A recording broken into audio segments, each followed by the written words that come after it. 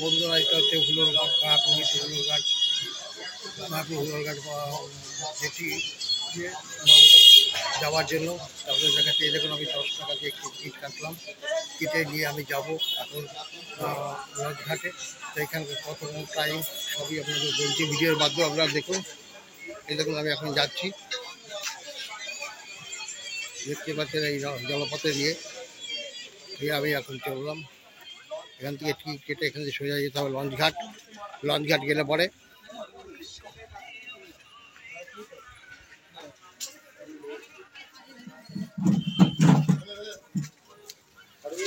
এটা হচ্ছে মায়াপুর লঞ্চঘাট। এখান দিয়ে যেতে হয় আমাদের।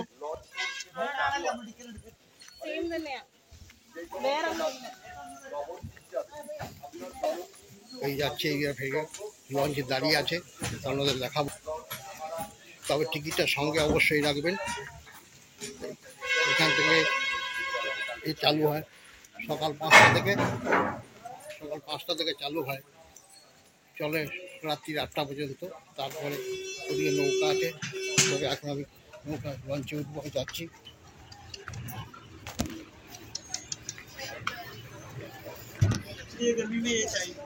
আপনারা ভিডিওর মাধ্যমে দেখুন, খুব ভালো লাগবে। উঠে গেল, এই লঞ্চে চাপলাম। লঞ্চে চেপে লঞ্চ দাঁড়িয়ে থাকে, এক্ষুনি চালু হয়ে যাবে। এই যে নদী দেখছেন, এটা হচ্ছে চরঙ্গী নদী। এই জল সবসময় শান্ত থাকে একদম, তবে বর্ষাকালে খুব জল অনেক বাড়ে। এখন তো গরমের দিন, গ্রীষ্মের দিন জল একটু কমে গেছে, কিন্তু ওপারের দৃশ্যটা ভিউটা কত সুন্দর দেখতে লাগছে দেখুন, দেখতেই পাচ্ছেন। তবে যাই হোক, এই লঞ্চের উপরে যাচ্ছি। লঞ্চের ভাড়া আপনাদের আগে বলছি 10 টাকা ভাড়া। লঞ্চ পাওয়া যায় এই পার থেকে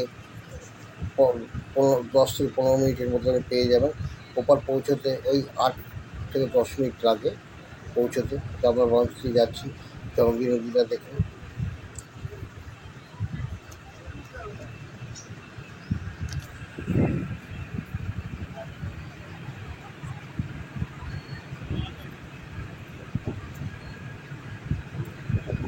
এই চরঙ্গী নদীটি গঙ্গার সঙ্গে মিশেছে। ওইখানে একটা সঙ্গমস্থল আছে, যেটা এই সময় খুব একটা ভালো দেখা যায় না, বর্ষাকালে খুব ভালো। অন্যরকম যে দুটো জল ভাগ আছে, কালারে বোঝা যায় এটা জল জল, আর এটা এই দেখুন মিশিয়ে যায়নি এখনো পার হচ্ছে আমরা। আস্তে আস্তে পরিবর্তন হয়।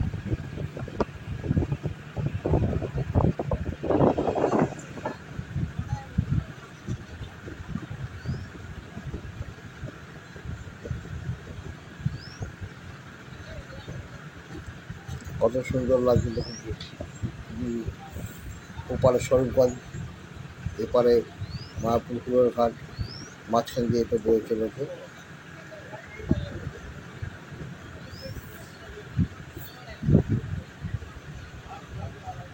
আমরা অলরেডি গঙ্গার কাছে চলে এসেছি। যেটা বলছিলাম, যদি ফেরিঘাট নৌকা করে আপনারা আসবে, সেক্ষেত্রে আপনাদের 5 টাকা করে ভাড়া লাগবে। যদি এই পার থেকে ও পার থেকে প্রতি 10 মিনিট পর পর নৌকা আপনি পাবেন।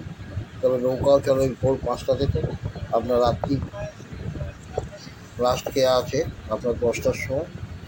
তো 10টার পরে যদি আপনাকে ওপারে যেতে হয়, সেক্ষেত্রে আপনাকে রিজার্ভ করতে হবে। রিজার্ভে ভাড়া যা নেবে, তবে 1-150 টাকার নিচে এরা নেয় না, কম।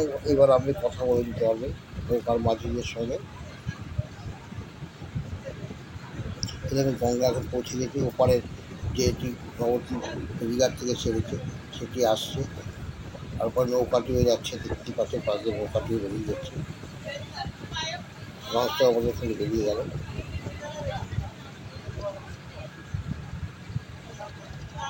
তবে একটা কথা মনে রাখতে, প্রাকৃতিক দুর্যোগের কারণে এই সময় নৌকা বা লঞ্চ কিছুই ছাড়ে না। যখন আবহাওয়া নর্মাল হয় তখনই নৌকা অথবা লঞ্চ ছাড়ে, সেই কারণে বন্ধ থাকে। এমনি না হলে মতে ফেরিঘাট বন্ধ থাকে না।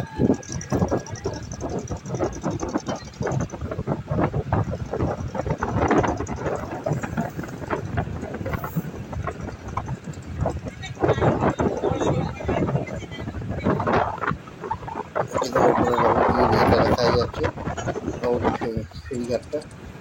এই দেখুন আমরা এখন পৌঁছে গেছি নবদ্বীপ ফেরিঘাটে।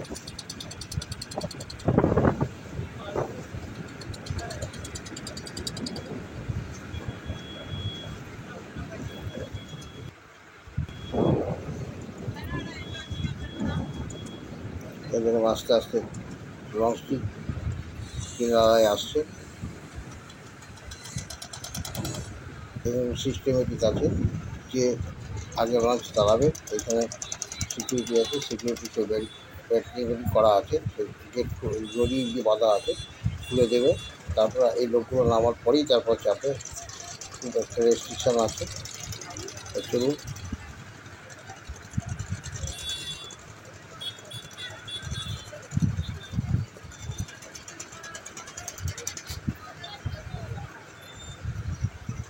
লঞ্চের যে আছে সেভেন, সে এখন দড়িটা বাধা দিয়ে রেডি হচ্ছে।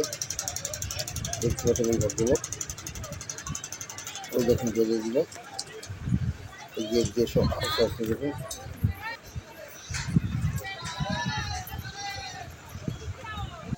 এই দেখতে পাচ্ছেন এদিক দিয়ে নবদ্বীপ বাইরে যাওয়ার জন্য, মানে ফেরিঘাটের বাইরে যাওয়ার জন্য এটা বাসের মাচা করা আছে, এইখান দিয়ে আপনাকে যেতে হবে। তো সব লোক এখান দিয়েই যায়, আর যারা নবদ্বীপ থেকে তারা ওই ওপর দিয়ে যেতে দেখুন ওইখান দিয়ে যায়।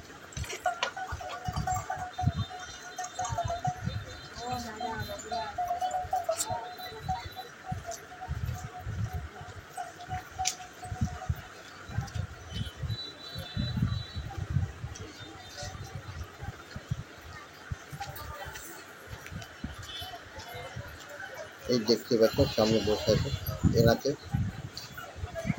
বসে জায়গায় টিকিট দিয়ে দিতে হবে। যে টিকিটটা বিক্রি করছে সেখানে জমা করে তারপর না দেখলে ফাইন দিতে হবে আপনাকে, অবশ্যই মনে করে টিকিট কাটতে হবে।